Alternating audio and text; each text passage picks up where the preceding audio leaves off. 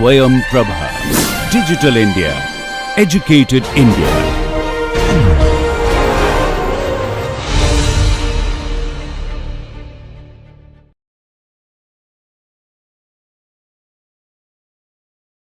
Welcome to this session.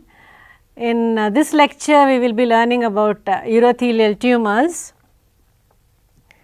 So, urothelial tumours, its etiology, the genetics, the pathogenesis, morphology, the classification, recent advances in molecular classification which has become prominent since 2020, then the presenting features as well as progression and its prognosis.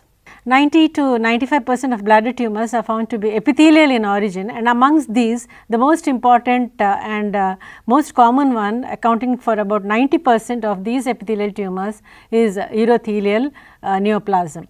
Now, urothelial neoplasm is found to affect globally because of industrialization, and it is thought to be amongst 9th global carcinomas, and in the US it is 4th most common in men, as well as 7% of new cases are found to be those of urothelial tumours.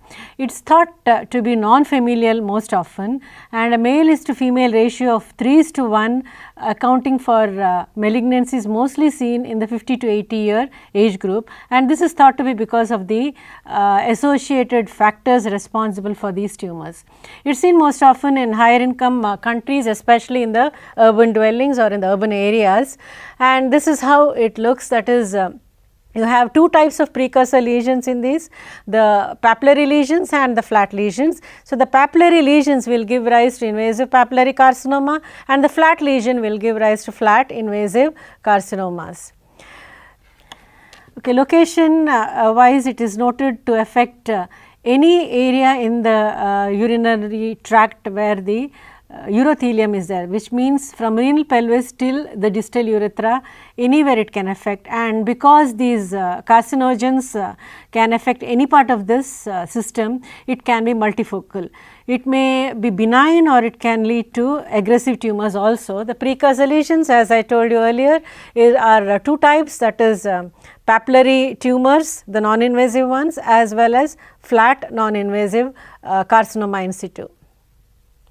Epidemiologically, tobacco use is thought to be the most important part, and it is accountable for 50 to 80% of the cases, and cigarette smoking in that is very important. About 3 to 7-fold increased risk of malignancy is seen with the smoking of cigarettes. Less commonly it is because of other tobacco use, for example as cigars or pipe smoking or even smokeless tobacco.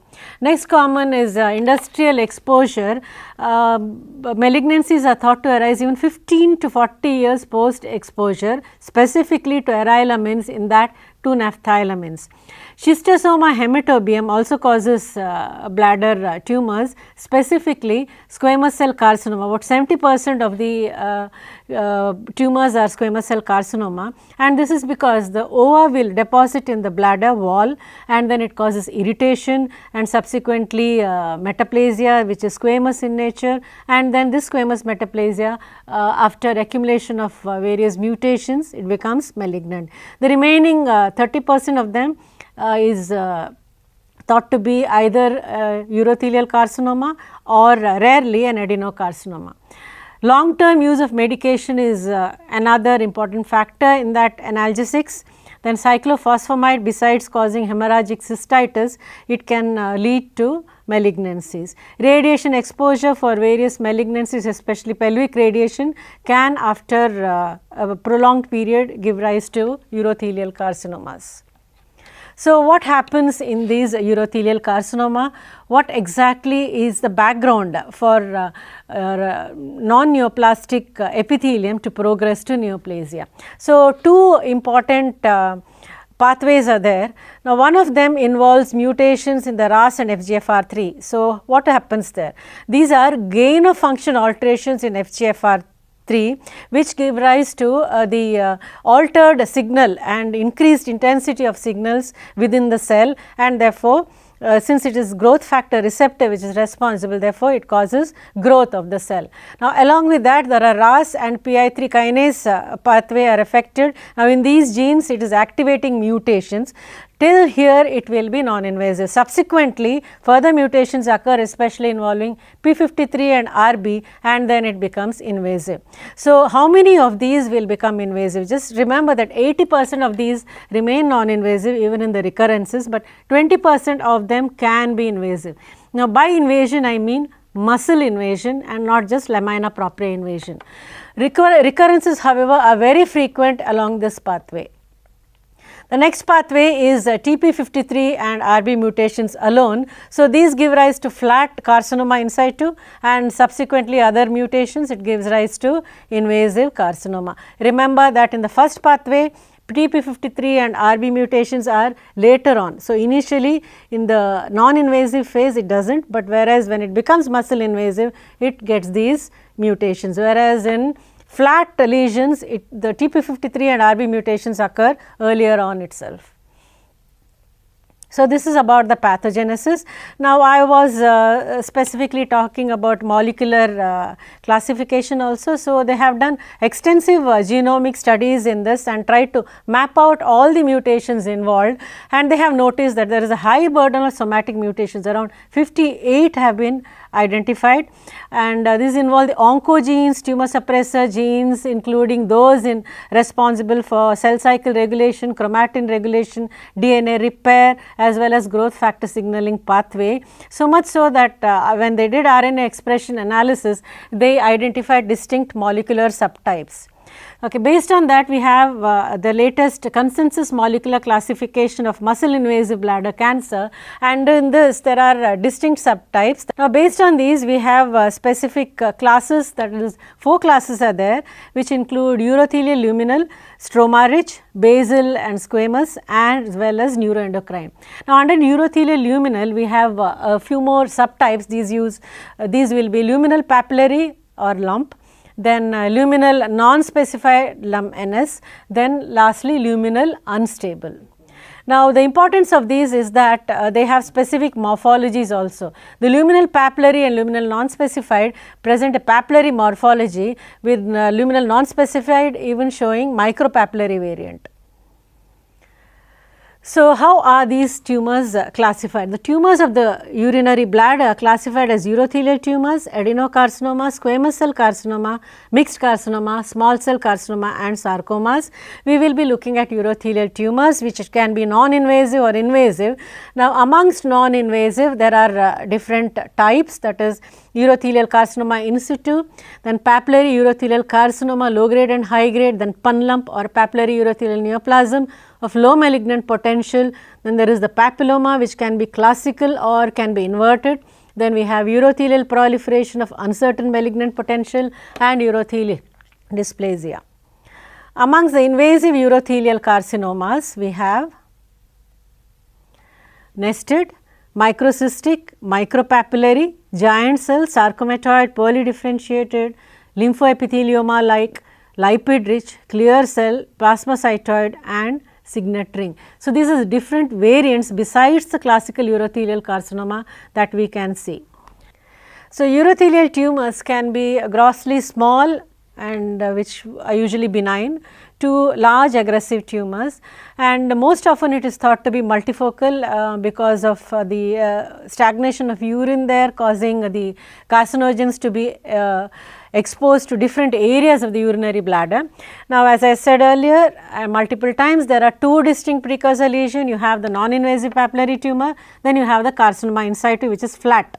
Then prognosis worsens with muscularis propria invasion, so much so that the 5-year mortality for these cases with muscle invasion, also known as muscle invasive bladder cancer, is almost 30%. So, now these urothelial tumors, for simplification, can be divided into flat lesions and your exophytic papillary lesion. So, first the flat lesions, the same classification as I told earlier, but it has been divided now into 2, that is flat lesion and exophytic papillary lesion. The flat lesion include your hyperplasia and then urothelial dysplasia and urothelial carcinoma in situ. and the exophytic lesions include urothelial papillomas, then urothelial proliferation of uncertain malignant potential also known as papillary hyperplasia, then the pun lump or papillary urothelial neoplasm of low malignant potential, papillary urothelial carcinoma low grade and high grade. Now, these are all non-invasive ones. When it becomes invasive, we call it as muscle invasive bladder cancer. So, grossly these depend on whether it is a papillary exophytic lesion or it is a flat lesion. If it is a flat lesion, there will be just mild elevation of the mucosa or sometimes just change in color, there may be reddened, and papillary lesions either are papillary with multiple excrescences or nodular. Now, these could be 1 to 5 centimeters in size and they are usually red and elevated. Now, both these tumors can be invasive or non-invasive. The most common site of involvement are the base, in that this is the lateral and the posterior walls at the base.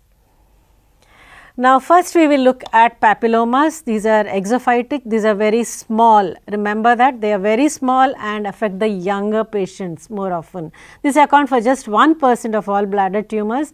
They rarely recur or progress. Grossly, they are single, exophytic, very small, up to 2 centimeters. Anything more than that, you should immediately suspect some other tumor and not the benign papilloma. Its delicate papillary structure with a stalk. So, how do we distinguish this from a small sized pun lump is there will be a stalk in this. So, microscopically it has certain features, that is finger like projections with the central loose fibrovascular core as seen in this picture, and then it is lined by multiple layers of urothelium which is normal urothelium. There is nothing abnormal in this, nothing, no anisonucleosis, no karyomegaly, no mitotic figure increase, nothing. So, absolutely normal urothelium, but only thing is that there is a papillary structure. Now, besides this classical papilloma, I already told you in the classification we have an inverted papilloma. So, inverted papilloma also will be a small lesion, and in that we see we do not see any gross structure as such, just mild elevation. We will not see any papillary excrescences. Instead, it is a microscopic diagnosis. Under microscopy, you will notice cords and nests of urothelial cells which are bland, which are going into the stroma. So, the problem here is that microscopically, though it is bland, sometimes it can give rise to misdiagnosis of invasive malignancy, and that is where we have to be extremely careful. Importantly, remember that the inverted papilloma will also be very small in size. Now, the next tumor is a papillary urothelial neoplasm of low malignant potential, which we say pun lump. Now, cystoscopically these resemble papillomas, but they are more than 2 centimeters in size, and it can grow quite large also and can be similar to invasive carcinomas grossly, and they may recur, but when they recur they have the same histology. Remember, these do not invade. So, this is your pun lump, and here you are seeing microscopically similarity to papilloma, with the difference that the urothelium is much thicker, that is more layers of cells are there, and mitotic figures are there which are usually basal as seen here. If mitosis in these you have to count and detect the location, because a little more than that will be seen in the next condition, which is papillary urothelial carcinoma low grade. In this gross differences are not there, it will be similar to papillomas or even to your high grade papillary urothelial carcinoma. Now, microscopically most important aspect is that the architecture is maintained. Numerous papillae are there which are discrete and not confluent. This is a very important aspect of low grade papillary urothelial carcinoma. So, it is a maintained architecture and they are orderly placed. They can recur and rarely they can invade.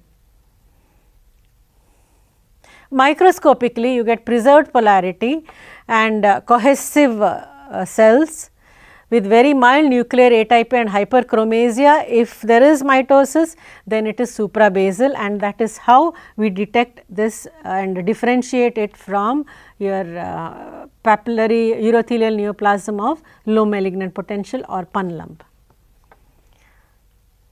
Next one is a high grade papillary urothelial carcinoma. Microscopy is important here because gross is, as I said earlier, it may be similar to low grade papillary urothelial carcinoma.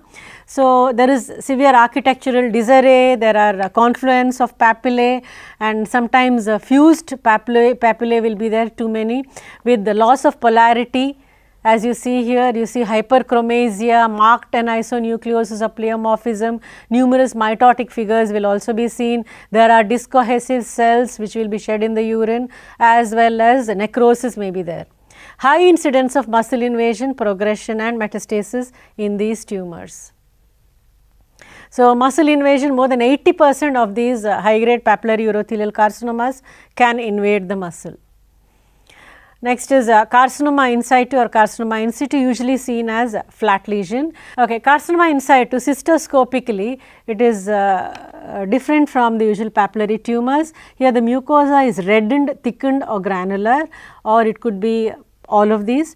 Now, there are no intraluminal mass, and once you see this area in the cystoscopy, you have to look for other similar areas because most often it is multifocal. So, sometimes the entire mucosa of the urinary bladder can be involved, or it could be patchy and it can involve even the ureters as well as urethra.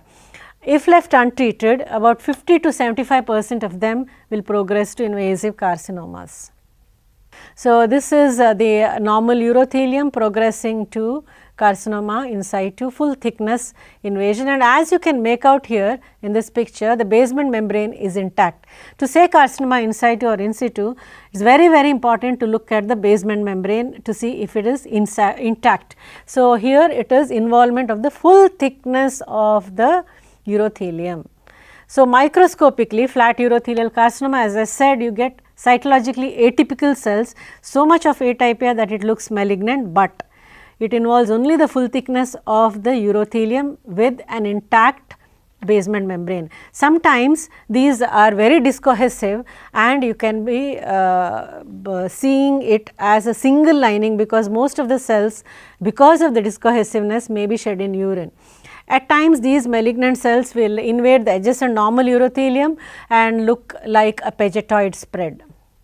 Clinically, these patients usually present with the painless hematuria. This is very important cause of painless hematuria. Now, besides painless hematuria, other symptomatologies include hematuria with increased frequency, then dysuria, especially in case of flat CIS, then urgency, and then depending on whether there is an obstructive lesion which is causing this. So, obstructive symptoms will be when tumors urothelial tumors involve the urethral orifice. So, in that case you will get pyelonephritis as well as hydronephrosis. Now, the clinical features also depend on whether it is muscle invasive or non-muscle invasive. So, we will have a look at the non-muscle invasive bladder cancer first. So, non-muscle invasive bladder carcinomas have a tendency for recurrence. Progression, only few of them progress, but when they progress it is usually higher grade or stage. Now, both recurrence and progression depends on the initial tumor, what stage it is, what grade it was, and presence of adjacent carcinoma in situ, as well as if these lesions are multifocal. Recurrence occurs in 70% of the cases, and when it recurs it may be a higher grade and maybe a different site. Now, if it is in a different site, it could be either implantation from the primary tumor, in which case it is clonally related, or it could be another primary tumor in which case it is clonally distinct. Now, the treatment wise in non-muscle invasive bladder carcinoma, there are two options, either transurethral resection of the bladder tumor or intravesicular your Bacillus calmette urine, which is attenuated Mycobacterium bovis strain is used here, and intravesically it is injected. Now, TURBT is done in papillary urothelial carcinomas which are small, localized and low grade, whereas intravesical BCG is done in flat CIS most often, but also in papillary urothelial carcinomas if they are large, high grade, multifocal or showing lamina propria invasion in the biopsy. So, how do they progress? Now, in less than 10% of them, they can become higher grade, and prognosis depends on invasion, that is on the stage which we will be having a look at later. But these patients with non-muscle invasive bladder carcinomas, they have to have lifelong surveillance to detect progression as well as to detect the higher grade arising in subsequent tumors. So, for that they have to have lifelong cystoscopic examinations, then biopsies as well as urine cytology to detect recurrence or progression. The survival rate in these cases is 98%, that is a 10-year survival rate in cases of papilloma, spun lump as well as low grade papillary urothelial carcinoma, whereas it decreases to 75% in case of high grade papillary urothelial carcinomas. In case of carcinoma in situ, however, it depends on the association of invasive or non-invasive malignancy adjacent to it. So, carcinoma in situ without invasion, 93% of them survive over 10 years, whereas it reduces to 55% in case of association of carcinoma in situ with muscle invasive bladder carcinoma. So, with this we move on to the next type of bladder carcinoma, that is your invasive, muscle invasive bladder carcinoma. So, muscle invasive bladder cancer is mostly associated with papillary urothelial carcinoma high grade. So much so that whenever we see papillary urothelial carcinoma high grade, we always inform the clinician that this is a high grade tumor. So, further biopsies may be required to check for muscle invasion. Okay. Carcinoma in situ progression to muscle invasive bladder cancer depends on whether it is pure, in which case only 28% of them will progress, whereas 59% of them if associated with adjacent muscle invasive carcinoma. Now, locally these tumors will invade to the prostate, the adjacent seminal vesicle, ureters, retroperitoneum, etc. Metastasis could be either lymphatic or blood-borne. Lymphatic, it is initially regional lymph nodes, then in blood-borne it is usually to the liver, lungs and bone marrow. Now, prognostic factors depends on the PTNM staging as per AJCC staging protocols, in which we check for the depth of invasion as well as extent of spread. Therapy of these patients is usually radical cystectomy or cystoprostatectomy, or sometimes radiotherapy with neoadjuvant chemotherapy or adjuvant chemotherapy. Okay. Of late, immune checkpoint inhibitors have also been tried in this, and it is still on a trial basis. Now, besides muscle invasive bladder carcinoma, radical cystectomy can also be used for other indications, and these include non-muscle invasive bladder carcinomas if they are multifocal, large or extensive, carcinoma in situ in prostatic urethra and ducts, or carcinoma in situ or papillary carcinoma which is refractory to intravesical BCG admission. So, finally, we move on to the pathological staging of urinary bladder carcinomas. So, this is the PTNM staging according to the AJCC 8th edition. Finally, to summarize, 90% of bladder tumors are epithelial, 90 to 95% actually are epithelial neoplasms. Of these, 90 to 95% are urothelial tumors, and they can arise anywhere from renal pelvis to distal urethra. Most often they are multifocal and they can be benign and aggressive too.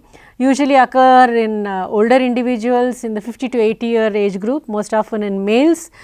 Tobacco is the dominant etiological factor. The precursor lesions include papillary lesion as well as flat carcinoma in situ.